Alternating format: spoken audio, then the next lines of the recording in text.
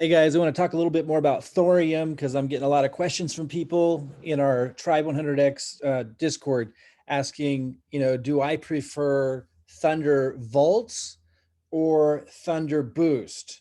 And if you didn't see my really comprehensive video about this whole thorium ecosystem and their Thunder Cake, Thunder BNB, and Thunder ADA, just real quick, I'll give you kind of a short, quick answer to that question.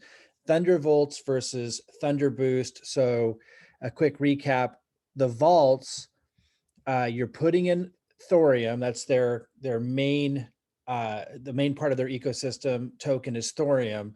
You're putting in thorium, you're staking that, and you get to earn these different percentages, which, I just joined this like a week ago. So prior to that, this launched 2 months ago. By the way, I was involved with it on the pre-launch because a lot of I generate my funds with pre-sales and fair launches, and then that gives me the funds to build positions in something like this that I feel like are really going to go the distance. And watching what this has done, I really think they've really nailed the ecosystem, and that we're going to see the price floor increase over and over again. But you can watch my comprehensive video on my channel about this if you want to understand why I think that. But back to the question, Thundervolts versus ThunderBoost. This had a really high percentage when they first launched it. So a lot of people, you can see here, 694 million thorium staked in Vault 3, which locks it up for 90 days because people were after really high returns. Now they're lower. And I went ahead and locked some of mine into Vault 3, which right now is at an 87% APY. I locked 405 million thorium into Vault 2, which is a little bit less, 54%, but that's only locked for 60 days.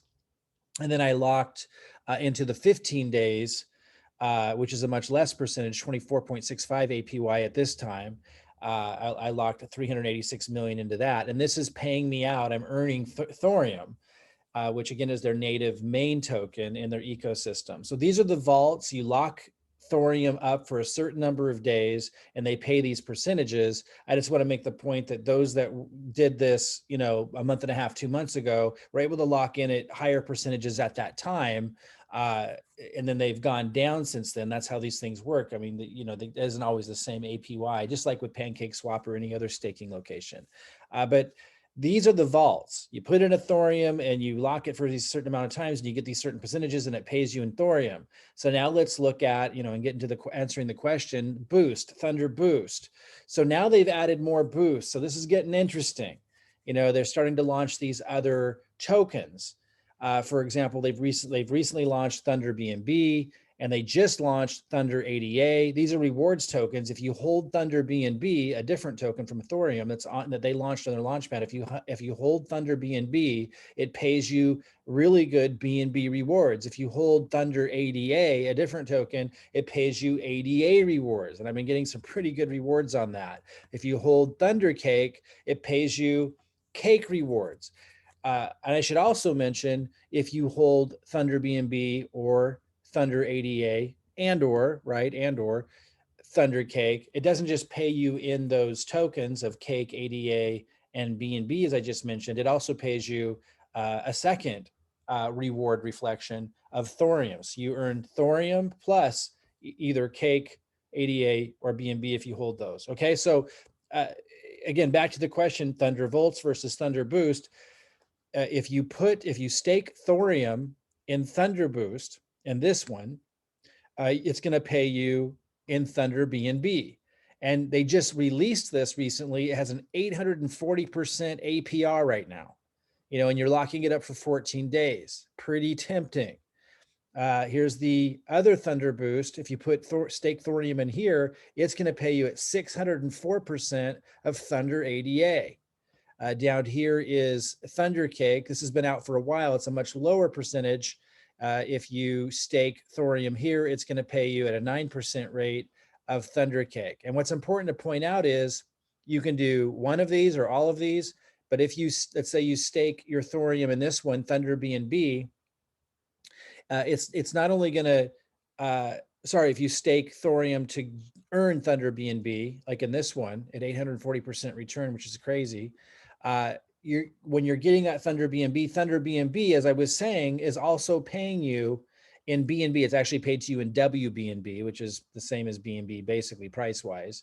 It's paying you, it's like wrapped BNB. It's paying you in BNB as you're earning that Thunder BNB. You know, again, I'm gonna say this again, you're staking Thorium, you're earning Thunder BNB, and that Thunder BNB you're earning is also paying you in WBNB and more Thorium. It's pretty crazy.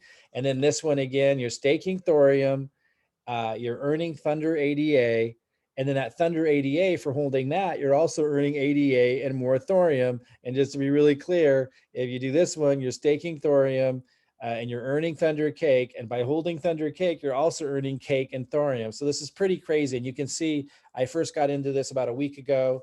Again, I did the pre-sale a long time ago, but I wanted to watch this ecosystem and see how solid it was and see what the price floor did. And again, you could look at my comprehensive video on Thorium for a breakdown, really detailed on all of this and how this fits together and how the price floors kept raising. And that's why I decided to get involved with this. I still use crypto pre-sales and fair launches. You know, a lot of you follow Tribe 100X, our private Discord, where we work together to identify those. So I'm generating a lot of funds continually with new pre-sales, new fair launches that launch on PancakeSwap. And then I use a percentage of those funds and put it into projects like this that I'm building long-term positions in, where I'm seeing the price floor just continue to increase. And you have these cool compounding things going. So I did a video a while back on something I called the what was it, the gearbox, the DeFi gearbox, where I was talking about how I was taking a percentage of what I earned from pre-sales, you know, consistently. I would take a percentage of that and I would put it into projects that paid compounding returns. After I found this, I'm moving all of that over here to get it compounded here, because I just love the way this ecosystem's set up. Anyway, getting back to the question of Thundervolts versus ThunderBoost, I actually originally, I just showed you, put a lot into Thundervolts because I thought I wanted more Thorium. I wanted more of their main, you know, token Thorium that's driving the whole ecosystem.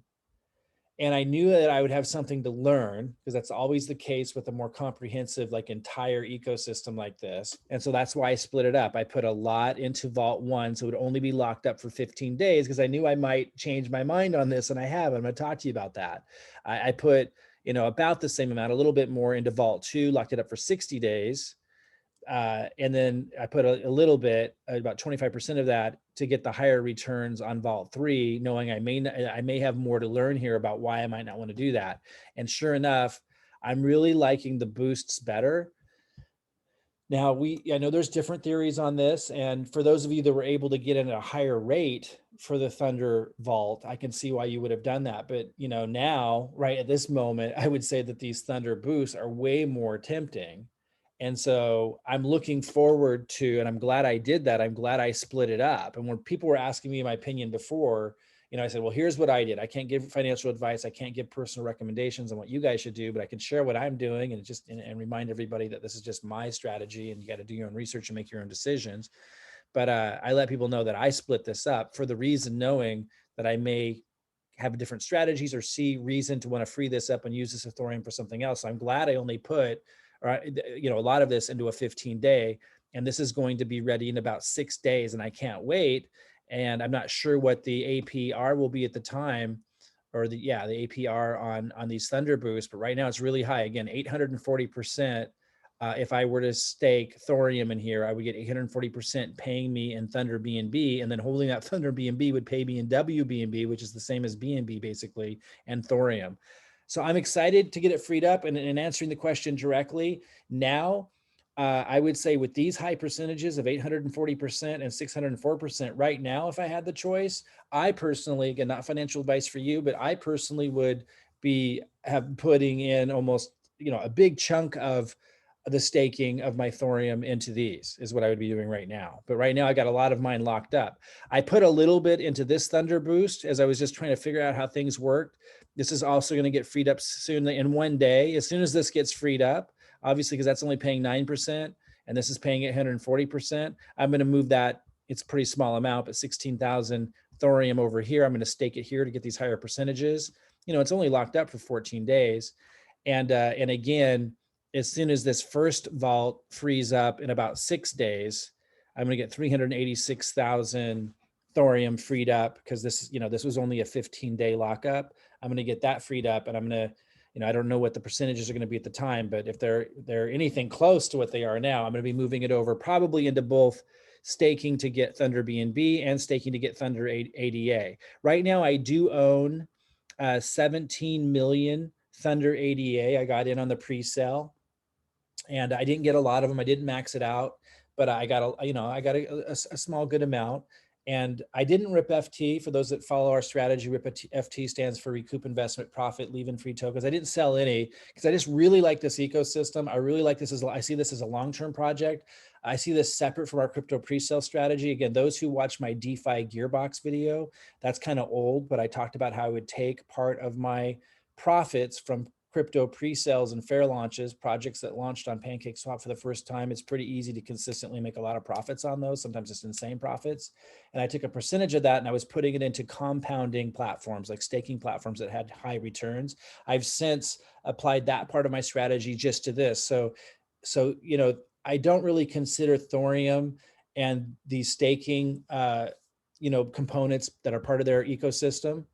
I don't consider this my crypto pre-sale strategy. It's part of my DeFi Gearbox strategy, which is a component of my crypto pre-sale strategy where I take a percentage of what I earn from crypto pre-sales, which I can do really consistently, and I put a percentage of those profits into something like this that can compound my return. So that's how I'm using all of this. So again, when I was able to get into the pre-sale for Thunder ADA the other day, I didn't rip FT it. I want to keep building a position here because it's a little bit different part of my strategy than our typical crypto pre-sale strategy. If you don't know our crypto pre-sale strategy stuff, I'll put a link below and you can find out more, and about our Tribe 100X private Discord where we work together to take advantage of pre-sale so we can generate the funds to build positions like this. There's only a couple other projects I'm building long-term positions in. This is one of them, but I use the resources that I'm consistently generating with pre-sales and fair launches to be able to build things like this up. But anyway, so right now, my answer to this question, and it just changes based on these percentages, but right now, if as soon as I have freed up Thoreum, which I'll have a little bit here, this will expire, this 16,000 that I locked up will expire in a day. And I have, like I showed you, almost 400,000 in a vault that will, be released in 6 days. I'm going to put it over here into ThunderBoost under for the Thunder BNB and the Thunder ADA. Again, I don't know what the percentage returns will be at the time, but right now they're really high and extremely interesting ecosystem. If you want a full breakdown of the Thoreum ecosystem and these different components that comprise the system, I have another video on my YouTube account. You can search for. In fact, I'll put a link directly under this video that really goes over all of it in a comprehensive way. But that's the answer to my question right now. Volts or Boost right now would be Boost because of those percentages, right? So it's based on the percentages. And you never want to lock everything up for too long, I would say. Like, I'm glad I didn't lock this up for too long, for 90 days, because then I wouldn't be able to have some, being freed up here to put into these huge opportunities with the boost. So I would never lock up too much, would be another, point that I would make to myself. Again, I can't make financial advice for you. I'm not a financial advisor. I need to keep making that point, but these are my internal observations. These are my opinions and just how I'm basing my decisions. So I just wanted to pass it on to you. I hope it's helpful, and we'll see you guys soon.